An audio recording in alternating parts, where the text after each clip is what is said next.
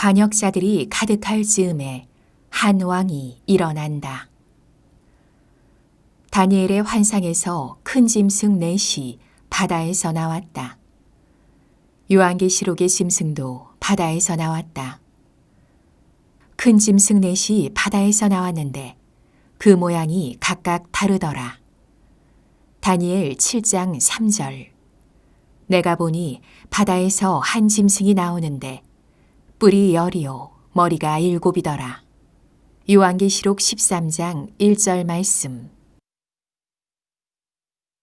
바다는 무엇을 상징하는가? 바다는 세상을 상징하는데 다니엘서에 해석이 나온다. 그 네 짐승은 세상에 일어날 네 왕이라. 다니엘 7장 17절. 계시록에서도 물을 3개 나라들로 기록했다. 내가 본 바 음녀가 앉아있는 물은 백성과 무리와 열국과 방언들이니라. 요한계시록 17장 15절 말씀. 세상은 하나님을 대적하고 하나님께 반역하는 영역을 상징한다. 바다도 다시 있지 않더라. 요한계시록 21장 1절 말씀. 장차 물리적인 바다뿐 아니라 영적인 차원에서의 바다도 없어질 것이다. 다니엘의 환상은 요한계시록의 계시와 연결되어 우리의 시대를 다양하게 설명해주고 있다. 물론 필자의 다음 해석은 여러 견해 중 하나일 뿐이다. 느부갓네살과 다니엘이 본 네 나라와 네 짐승은 역사적으로 성취되었다. 첫째 나라, BC 605년에서 539년, 바벨론, 사자, 느부갓네살 왕, 머리. 둘째 나라, BC 539년에서 333년, 메데, 페르시아, 곰, 아하수에로, 그세르크세스 또는 고레스 왕, 가슴과 두 팔. 셋째 나라, BC 333년에서 63년, 헬라, 표범, 알렉산더 대왕, 배와 넓적다리. 넷째 나라, BC 63년에서 AD 476년, 로마, 10뿔 가진 무서운 짐승, 종아리. 여러 나라, 10뿔의 시대, 476년부터 현재. 작은 뿔, 적그리스도, 10발가락. 넷째 짐승은 10뿔이 있다. 그 10뿔은 그 나라에서 일어날 10왕이요. 다니엘 7장 24절 말씀. 10뿔은 넷째 나라에서 10발가락처럼 마지막 때에 세워지게 될 10명의 왕들이며 지금이 그때다. 넷째 나라 로마 제국은 다리의 종아리 부위에 해당하는데 이때 초림의 왕이 오셨다. 10발가락의 마지막 때에 짐승의 우상을 뜨인 돌로 파괴시키기 위해 두 번째로 오실 것이다. 또 작은 뿔이 그 나라에서 등장하며 10개의 뿔 중에서 3개를 뽑아버리는 강력한 권세를 가졌다. 이전의 역사에서 네 짐승이 4개의 제국을 탄 것처럼 작은 뿔도 당대 강대한 제국에서 등장할 것이다. 작은 뿔이 그 사이에서 나오는데 사람의 눈 같은 눈들이 있고 또 입이 있어 큰 말을 하였더라. 다니엘서 7장 8절 말씀. 부패한 언론은 과장하는 짐승의 체계를 추종하기 위한 악한 홍보 대사들이다. 계시록의 짐승도 과장하고 신성모독하는 입을 받았는데 작은 뿔은 곧 계시록의 짐승이다. 또 짐승이 과장되고 신성모독을 말하는 입을 받고 또 42개월 동안 일할 권세를 받으니라.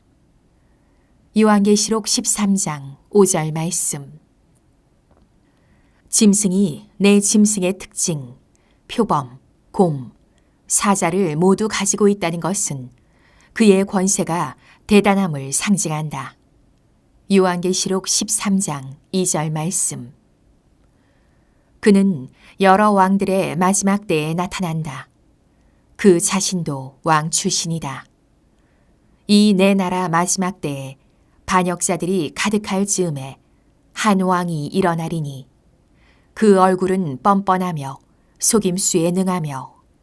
다니엘서 8장 23절 말씀. 지금 우리의 시대는 하나님께 반역하는 자들이 가득한 때다. 반역자들은 누구인가?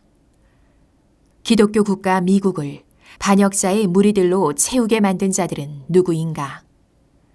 교황을 비롯하여 교회는 타락했으며 사악하고 불의한 통치자들이 대부분 정권을 잡고 있다.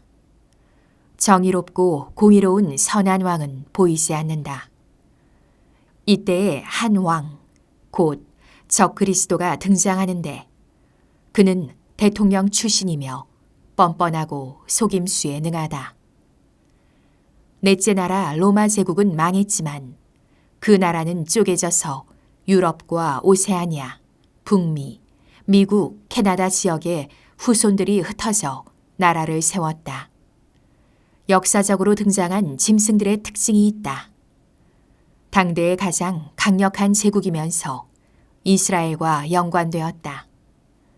지금은 여러 왕들의 시대이자 하나님께 반역하는 통치자들이 등장한 시기와 맞물려 있다.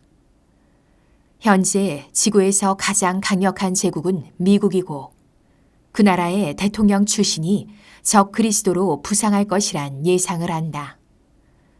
미국 대통령 중에 하나님과 성경을 모독하고 교회에 적대적이며 반이스라엘 정책을 추진한 대통령은 유일하게 오바마다.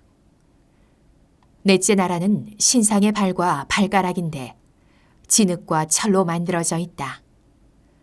이는 분열을 상징하고 있다.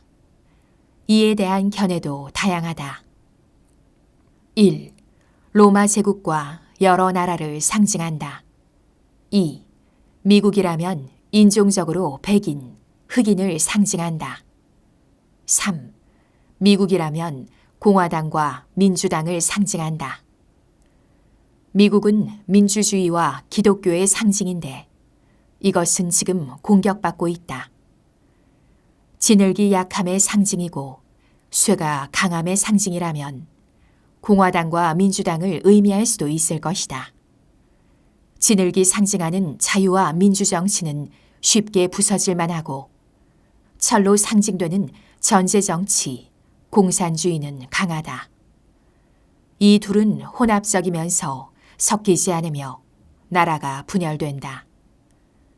만약 마지막 때에 적 그리스도를 배출하는 나라가 미국으로 가장할 경우 인종적으로나 정당과 언론이 극렬하게 양분되어 분열된 상태를 볼 수 있다. 이런 현상은 최근 몇 년 사이에 가파르게 출현했는데 종말론인 특징을 표시한다. 미국은 음녀 바벨론으로도 상징된다고 포스팅한 적이 있다. 전 세계의 나라들이 미국의 상품을 팔아 치부하고 미국은 이 상품으로 사치하는 데 사용했다. 다니엘은 작은 뿔, 적그리스도의 특징을 묘사하였다. 1. 그는 정치적 배경을 가진 왕, 대통령 출신이다. 8장 23절. 2. 그는 과장되고 비상한 입을 가졌으며 속임수에 능하다. 7장 8절 말씀. 3. 평화로운 때에 많은 사람을 죽이며 8장 25절 말씀. 파괴 행위를 자행한다. 8장 24절 말씀. 4. 만왕의 왕 예수 그리스도를 대적하고 8장 25절 말씀. 성도들과 싸워 이기고 7장 21절 박해한다. 7장 25절 12장 7절 말씀. 5. 3년 6개월 한때 두때 반때간 통치한다. 7장 25절 말씀. 6. 그는 영화로운 땅 이스라엘의 적대적이다. 11장 41절, 11장 45절, 12장 11절 말씀. 7. 가증한 우상을 거룩한 곳에 세운다. 9장 27절, 12장 11절.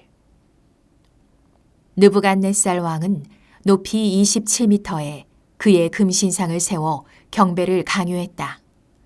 경배하지 않는 자들을 풀무불에 던져 화형시켰고, 이는 짐승이 그의 우상을 세워 경배하게 만들 것을 상징한다. 짐승의 우상은 뜨인 돌로 재림하시는 그리스도에 의해 파괴될 것이다. 벨사살 왕은 거룩한 성전의 기구로 잔치를 하여 먹고 마셨는데 음녀의 사치와 상품과 돈의 포도주에 취한 인류를 상징한다. 다리오 왕 때에 다니엘은 고발과 모함에 빠져 사자굴에 던져졌다. 고발자들은 법령과 금령을 세워 30일 동안 다른 신에게 기도하지 못하게 했다. 다니엘서와 요한계시록은 여러 면에서 상통하기 때문에 다니엘서를 구약의 계시록으로 불린다. 지금은 넷째 나라의 마지막 때라는 사실을 깨달을 수 있다. 여러 나라의 시대요, 빨리 왕래하며 지식이 더한 시대요, 이스라엘이 박해받는 시대요, 하나님을 모독하고 기독교가 박해받는 시대요, 마지막 제국 미국이 분열되어 요동치는 시대를 본다. A. 장차 세상은 짐승의 표를 받은 사람과 짐승의 표를 받지 않은 두 종류의 사람이 있을 것이다. B. 짐승의 시대로 가는 과정에 있는 지금은 부패한 정당과 언론을 추종하는 어둠에 속한 무리들과 자유와 정직을 수호하는 빛에 속한 무리들이 있다. 그러나 모든 역사는 오직 하나님만 온전히 아실 수 있다.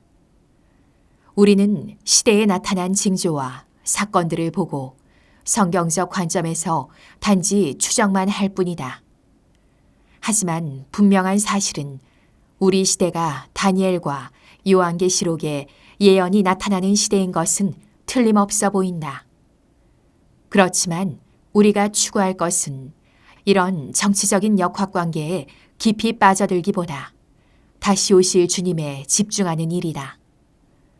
장차 미국도 무너질 것이고 세계도 모든 도시들도 파괴될 것이지만 역사의 주관자이시자 뜨인 돌이신 그리스도만이 최종적으로 승리하실 것이다. 우리가 이런 때를 맞이하였으니 어떤 마음가짐으로 살아가야 할까?